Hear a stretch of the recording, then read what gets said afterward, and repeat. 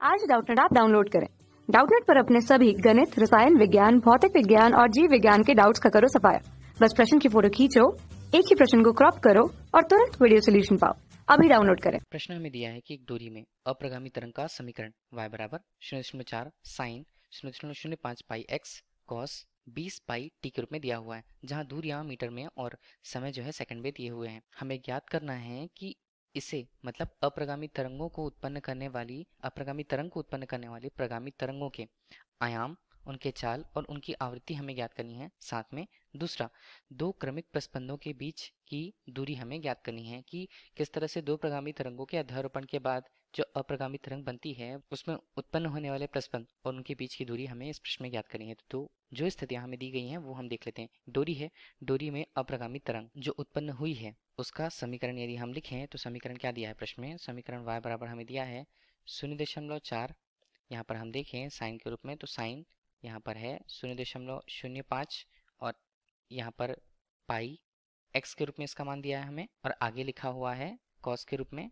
तो कॉस यहाँ पर दिया है हमें 20 पाई टी के रूप में। ठीक है, तो ये हमारे पास समीकरण है अप्रगामी तरंग का समीकरण।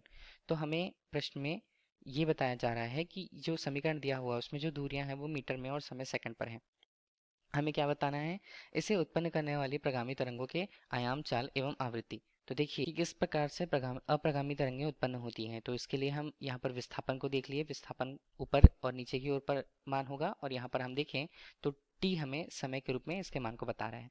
और यदि हम प्रगामी तरंगे बताएं तो प्रगामी तरंगे क्या होती है, लगभग समान आयाम और समान आवृत्ति की दो तरंगे जब किसी स्थान पर एक ही रेखा के सदिश लेकिन विपरीत दिशा पर गति करते हुए कहीं मिलते हैं तो उनकी तीव्रता में परिवर्तन होता है, उसमें जो अध्यारोपण होता है। इस प्रकार से देखिए, पहले प्रगामी तरंग के समीकरण और उसकी आकृति को हमने कुछ इस तरह बना लिया, और दूसरा हमारे पास जो होगा तो हमने क्या लिया हुआ है वो भी कुछ इस तरह से मिलते हैं। ठीक है, तो यहाँ पर तरंग एक और तरंग दो की दिशाएं जो है वो अलग अलग हैं यहाँ पर। तो इस प्रकार से जो अध्यारोपण होने के बाद जो स्थितियां मिल रही हैं वो कहाँ प्रस्पंद होंगी कहाँ निष्पन्द होंगी वो हमें समझना होगा। तो देखिए, हमें जो पहला तरंग दिख रहा है उसकी दिशा है यहाँ पर दाएं ओर, जो धनात्मक दिशा को प्रस्तुत करती है, और यहाँ पर हम इसको देखें, दूसरे तरंग को देखें तो उसकी दिशा विपरीत दिशा पर है। तो दूसरा तरंग, पहला तरंग और दूसरा तरंग मिल करके क्या होते हैं, मिल करके यहाँ पर अध्यारोपण के बाद अप्रगामी तरंग उत्पन्न करते हैं। तो अप्रगामी तरंग का समीकरण हमें दिया है, और ये हमारे पास कौन सी स्थिति है, ये हमारे पास है प्रस्पंदों की स्थिति। ठीक है, प्रस्पंदों, और जहाँ पर मान शून्य होता है विस्थापन का, वो हमारे लिए क्या होते हैं, वो हमारे लिए निष्पन्द की स्थितियां होती हैं। अब देखिए, जो हमें अप्रगामी तरंग दिया हुआ है तो उसके लिए हमें क्या निकालना है, प्रगामी तरंगे जो थी वो तो समान आयाम और समान आवृत्तियों की होती हैं और लगभग समान चाल से ही वो यहाँ पर गति करती हैं। तो उसके लिए हमें देखना होगा अप्रगामी तरंग का मानक समीकरण। तो उसे हम क्या लें, उसका मान होगा y बराबर 2 स्मॉल a, यहाँ पर होता है साइन, और हम मान को लिखें 2 पाई x बटे लैम्डा के रूप में, और कॉस के रूप में उसका मान होता है कॉस 2 पाई वी टी बटे लैम्डा के रूप में। अब देखिए कौन से पद हमें क्या क्या समझा रहे हैं यहाँ पर। जो मानक समीकरण हमने ले रखा है, अब उन पे पद हैं उन्हें हमें समझना होगा। ए हमें क्या बताएगा, ए हमें बताएगा आयाम को। इसी तरह यहाँ पर x हमें क्या बता रहा है, x हमें एक विस्थापन को, कण के विस्थापन को बता रहा है। ठीक है, और यहाँ पर लैम्डा, लैम्डा उस तरंग के लिए तरंग दैर्ध्य के मान को, तरंग दैर्ध्य जो हमें निकालना होगा। और उसके अलावा v यहाँ पर क्या बता रहा है, चाल को बता रहा है, t समय को, और लैम्डा फिर से तरंग दैर्ध्य के मान को बता रहा है। तो सर जो स्थितियां दी गई है, पहला समीकरण जो समीकरण दिया हुआ है और दूसरा समीकरण मानक समीकरण के रूप में। अब देखिए जो जो मान हमें पास दिए हुए हैं वो हम की तुलना करते हैं, तो उसका मान क्या होगा हमारे पास। पहले तो हम देखिए 2a का मान यहाँ पर कितना 0.4 दिया हुआ, वो किस में है, वो हमें हमारे पास है मीटर पे। तो ए का मान यदि हम निकालें तो 0.4 बटे 2 के रूप में, तो इसका मान बनता है 0.2 मीटर के रूप में। ठीक है, ये तो हमें मिला आयाम का मान। ए हमें क्या बता रहा है, आयाम बता रहा है। दूसरा हमें क्या पूछा जा रहा है, दूसरा हमें उस पर पूछा गया है